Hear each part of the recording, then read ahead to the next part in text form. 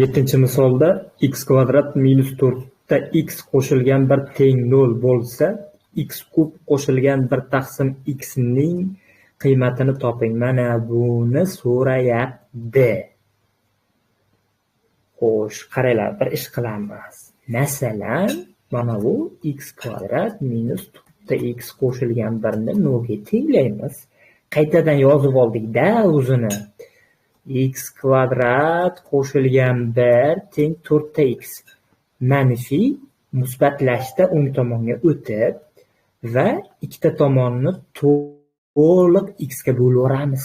Bo'lsak, x kvadrat taqsim x ni beradi, plus 1 taqsim x teng 4 natijasi bo'ldi. Hozir qaranglar, nima qoldi? X qo'shilgan 1 taqsim x teng 4 qoldimi? Qoldi.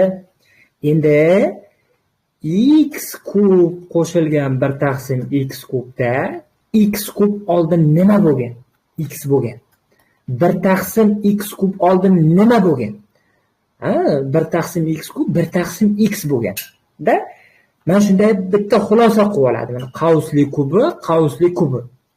Endi masalan, shu misollarni ko'rgan ko'pchilik o'quvchilar mana buni kubga ko'taradi, buni to'g'rilab oladi. Ammo biz yaxshiroq yechimidan borishimiz kerak. Bu muammo ish. A kub qo'shilgan b kub qavsli a qo'shilgan b ning kubi minus 3 qavs ochamiz. A plus b qavs yapamiz, ko'paytirilgan ab. Mana xuddi shu xususiy hol, mana shunaqa yechim formuladan foydalanib ketish kerak. A qo'shilgan b qani? A qo'shilgan b mana bu tarzda kelyapti. Bo'ldi, gap cho'zilib ketdi. Sekin ishlab ko'ramiz. Qarang.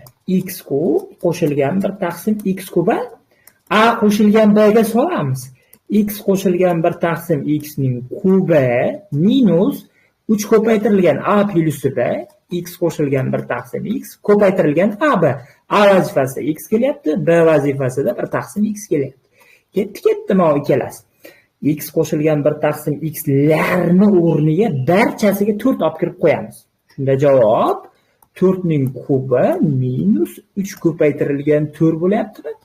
4 ning kubi 64 minus 12 bo'lyaptimi? 52 natijasiga erishdik. 52. Shunda B javob.